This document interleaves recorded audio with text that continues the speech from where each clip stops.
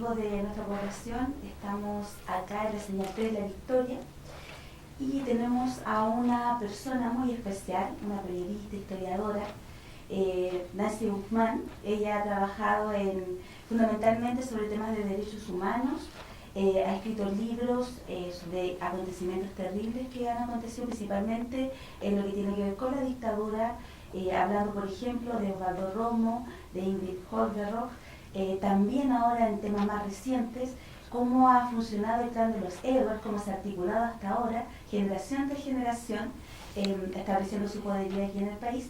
Y su último libro habla precisamente del Congreso, ya en un tono más, mucho más liviano, pero sin embargo no exento de profundidad, en el sentido de poder desenmascarar lo que pasa en el Congreso y dónde se va finalmente todo el dinero que pagamos en ello, de nuestros políticos. Buenas noches, Nancy, muchas gracias por venir, por aceptar esta invitación. Buenas noches, gracias por la invitación, me encanta estar acá, los felicito, tienen un maravilloso canal y yo sé que esta es una conquista social y una conquista, digamos, de todos quienes aquí colaboran de manera solidaria.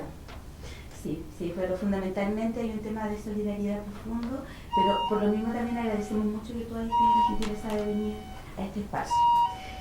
Quisiera preguntarte cuál ha sido la motivación principal de poder investigar y ahondar sobre temas de derechos humanos, sobre la dictadura y principalmente desde el ámbito de los torturadores. Sé que uno de tus primeros libros hablaba de Bautista Monchoa, sin embargo después se dio el tema de la visión desde el otro lado. ¿Qué te motivó a investigar eso? Bueno, yo primero que nada quiero contarte que yo lo que trabajo más que derechos humanos es la memoria. Eso que la gente habla mucho, y hoy día se conoce, habla mucho sobre la memoria, que es la parte de la historia donde concurre el testigo de la historia. ¿Por qué escribo y hablo de una memoria que a veces es confusa y difusa en el país? Es porque con el paso del tiempo se ha ido como deshaciendo esto que fue la imagen de una dictadura y los efectos que esa dictadura tuvo y tiene hasta el día de hoy y va a tener hacia el futuro. Porque la memoria es eso. La memoria no es es la reconstrucción que se hace desde el presente, con la mirada del presente sobre el pasado.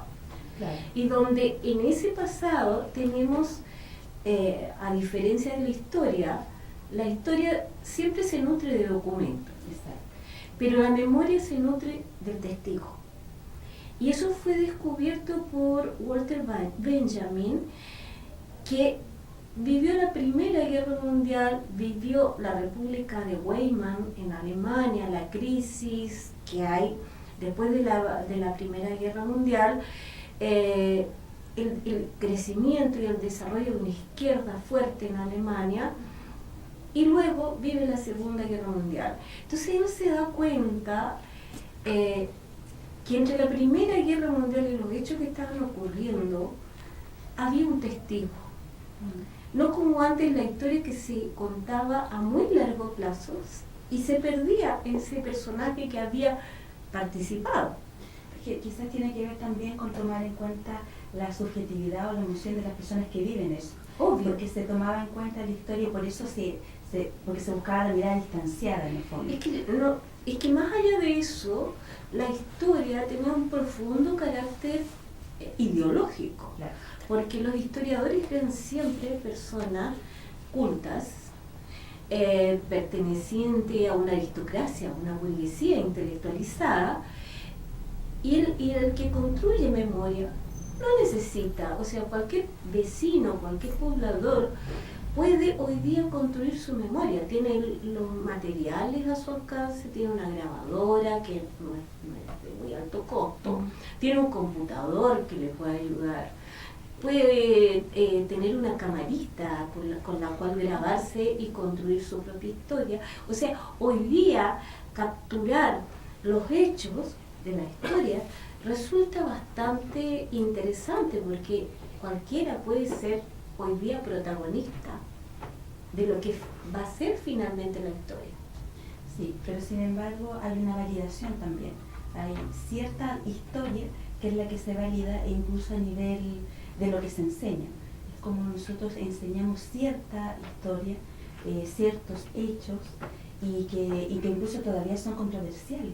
A la hora, por ejemplo, los profesores de historia, a la hora de enseñar, usamos dictadura, usamos pronunciamiento, usamos dictadura cívico-militar, que es un término nuevo, porque antes era dictadura militar, sin embargo ahora es necesario hacer la precisión de que hubo personas que están pasando silenciosamente por el lado y que siguen además ostentando cuotas de poder. Claro, pero eso, tía, justamente ese es el proceso de la memoria, porque la memoria es un proceso dinámico. No, o sea, tú dices al principio se hablaba del régimen, luego se habló de dictadura. Hoy día ya la dictadura tiene apellido, ¿cierto? Porque se ha ido construyendo y se han ido ampliando los espacios de verdad. Y por lo tanto ya es una dictadura cívico-militar. Es un proceso. O sea, la memoria nunca termina de construirse. Siempre se va a construir. O sea, siempre va a estar ese protagonista, ya sea directo o indirecto, de hechos que ocurrieron. Y por lo tanto, esa construcción va dándole un dinamismo a la sociedad nuevo, que va transformando social y políticamente a la sociedad. Es por eso que también la derecha le tiene miedo a la memoria, porque la memoria siempre apela a aquellos hechos que son traumáticos, a esos hechos terribles, y donde, si miramos la historia, vamos a tener siempre como el protagonista malo a la derecha. Claro. Entonces, no siempre les conviene. No les conviene la memoria. Ahora tú me preguntabas por qué yo me enfoco en algún momento, hago un giro, y me enfoco en los torturadores. ¿Ya? Disculpan, Nancy, quisiera... Bueno, este es uno de los libros de Nancy que se llama Romo, Confesiones de un torturador, que es más bien la reproducción de una entrevista, ¿cierto?, que se hizo en Miami. Y es un testimonio terrible. Cuando uno lo lee, de verdad que... Porque uno se pregunta cómo una persona puede pensar así hasta al final estar convencido de que él así estaba bien, minimizar el daño que había hecho, no enfrentarlo. Entonces, de verdad que hay una pericia ahí periodística de buscar, de sacar algún relato de una persona que, ante todo, aparte de justificarse, trataba él de quedar como un héroe. Entonces, esa figura es muy difícil. ¿Cómo se afronta esto? Enfrentar a una persona, entrevistarla, sabiendo todo lo que él había hecho. Porque yo creo que primero que nada la historia, los hechos tienen dos lados, siempre. Tienen el lado en el cual uno está y tienen el lado del cual uno es afectado. Claro. ¿Ya? Ahora, ¿cuál es la importancia de entrevistar y mirar ese lado, ese mundo? Es que a través de esa mirada podemos entender finalmente qué es lo que pasó en nuestra sociedad. O sea, si no miramos el arco completo de manera poco complaciente, siempre hay que mirarlo poco complaciente, los dos lados. Es una forma incómoda. Claro, o sea, perder esa comodidad de simplemente mirar la historia del lado que a mí me gusta. Porque si yo lo miro siempre del lado que a mí me gusta, no voy a entender cómo actúa el otro. Porque los hechos siempre se van a repetir en la historia. O sea, la historia nunca se repite, lo que se repite son los hechos. Y por lo tanto, cuando se repiten los hechos, ¿qué es lo que se repite? Se repiten las masacres, se repiten la violencia, se repite eso que desconocemos y no queremos mirar porque siempre miramos del lado de lo que llamamos víctima. Y hay un poco ahí un mito que de Chile como un país democrático, respetuoso de las instituciones, hasta 1973. Y sin embargo no olvidamos que hubo una masacre de Escuela Santa María de Iquique, Ranquil, Puerto Montt, incluso acá mismo en La Victoria, la represión que se dio cuando nuestros abuelos, las personas que llegaron acá a instalarse, trataron de tener un pedazo de tierra y que no había soluciones en torno a la vivienda. Se nos olvida un poco eso. Tenemos como el mito de que fuimos una taza de leche y si nos vamos mucho más atrás van a ser incluso una guerra civil. Entonces, por eso es bueno también el ejercicio de la memoria, porque permite que esa taza de leche se va un poco a la mesía. Sí.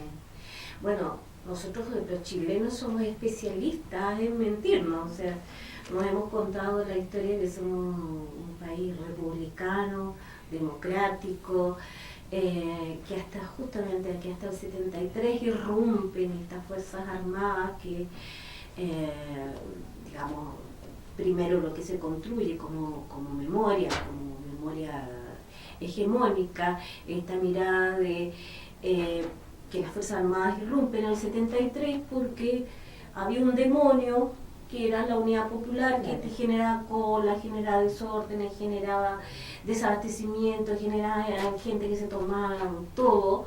Frente a ese demonio viene otro demonio que lo sofoca y entonces golpea a ese demonio con toda la fuerza porque no es capaz de controlar esa fuerza. Y por lo tanto se ha construido esta historia magnífica de que de ahí para atrás era siempre un país de demócrata. Claro. Y resulta que tenemos periodos anarquistas, ya, que se llamaba anarquía a los golpes de estados permanentes, o sea, se ponía un gobierno, se sacaba otro, venía el otro y sacaba el otro. Tenemos periodos de anarquía que duran hasta los años 40, en forma escalonada. Tenemos, los Carreras nomás fueron dictadores, ¿ya? Después vino O'Higgins, que fue otro dictador. Entonces, hemos tenido dictadores en la historia, y dictadores feroces, guerras civiles, hemos tenido un parlamento que ha funcionado de manera irregular, hemos tenido, no golpe de Estado, pero González Videla impuso una ley maldita que prohibía el pensamiento comunista. Y eso... porque me lo recuerda como presidente, de que fue dictadura. Exactamente. Tenemos la matanza del Seguro Obrero, tenemos las matanzas de Punta Arenas, tenemos o sea, si miramos, este país está lleno de matanzas y masacres, una tras otra. Y de un sector siempre. Y siempre ejecutada de un sector sobre otro. Entonces, no conocer nuestra historia, no tener una memoria sobre ese pasado, es repetir con más facilidad una nueva masacre.